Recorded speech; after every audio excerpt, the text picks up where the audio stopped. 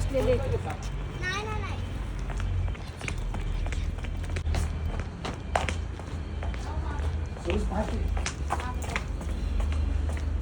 आता कुठं कुठं मला तिथूनच दाखवा. हा इथे ना आता नाही जात तुम्ही हल्ला आता नाही जात तोंड आतमध्ये ना इकडून यायचं नाही ना गरज नाही. हा, लाव लाव लाव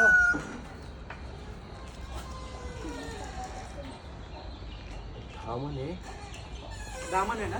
हो तर धामण आहे जवळून जर बघितलं तुम्ही तर आतमध्ये तुम्ही म्हणे ना बसलाय तो आतमध्ये काहीतरी खातोय. मी म्हणलं ना एवढं हा असं नाही बसणार गरमीला नाही बसणार आतमध्ये काहीतरी बेडूक वगैरे धरलाय तो तोड आतमध्ये आहे बॉडी बाहेर आहे अर्धा साप आतमध्ये आहे.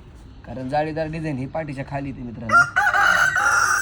हलतोय सारखं खाता नाही हालतो म्हणजे काय होतो पकडतो सोडतो श्वास घेतला ना बक्षेनी तो काय करतो त्याला पुन्हा दबावण्याचा प्रयत्न करतो. फरशी खालेली आहे दामन आहे ना. हा दामन आहे. दामन चावत नाही.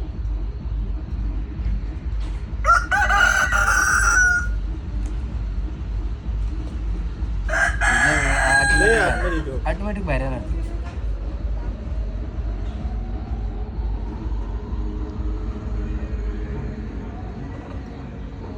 बाहेर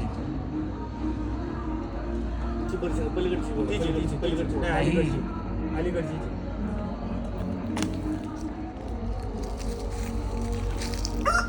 काय बेडूक खातं बघा कसं बघ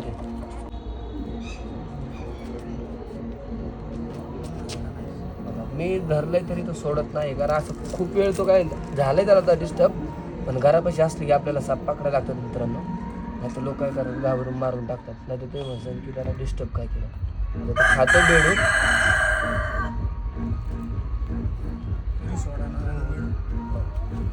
बघा कसा निघला बेडूक घेऊन निघला बघा. जरी सोडलं झाला तरी काय काय सभास असतात की शिकारी पोटी बेडूक घेऊन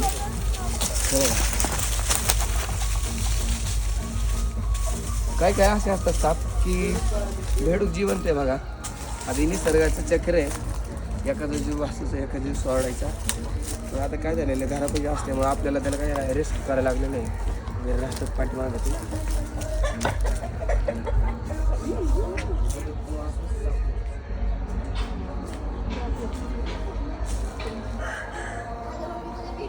पण अंधारात घराची तर दिसतच काय चाललो इकडे मागे इथं दिसलं. तुम्ही बिना चप्पल तर चालले होते काय मग काय असं हालतो. चप्पल बिप्पल घाला ना संध्याकाळच्या टायमिंगला.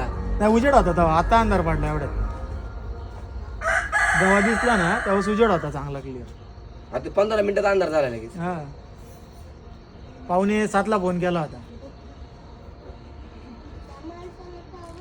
हे बघा इथपर्यंत तो आतमध्ये होता हा एवढा अर्धा. आतमध्ये होता.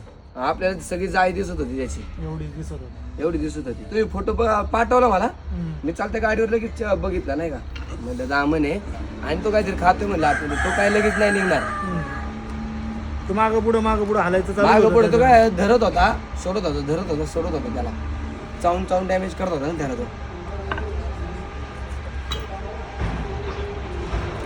तर आज होळी मित्रांनो होळीची तुम्हाला सगळ्यांना खूप खूप शुभेच्छा. एक धामण साहेब आपण इथे रेस्क्यू केलेला एक बिनविषारी जातीचा घरापाशी असल्यामुळे आपल्याला तो रेस्क्यू करायला लागलेला आहे. पुन्हा आपण जरा निसर्गाच्या सानिध्यामध्ये मुक्त करूया. आता आपण याला पॅक करून घ्या मित्रांनो. एवढं मोठं बेडूक आता एवढं तोंडातून खाल्लं असतं त्याने. हा तुम्ही चांगला प्रश्न विचारला. तोंड बघा किती बारीक आहे बेडू किती एवढा मोठा होता बरोबर ना. तो काय करतो पूर्ण असा मगरीचं तोंड कसं पूर्ण होतं असं त्या टाईप मध्ये पूर्ण होतं आणि हे जे चमडं आहे का म्हणजे कातड आहे का ते पूर्ण असं ताणलं जातं आणि तो बघितलं एवढा मोठा बेडूक तोंडात घेऊन पळत होता.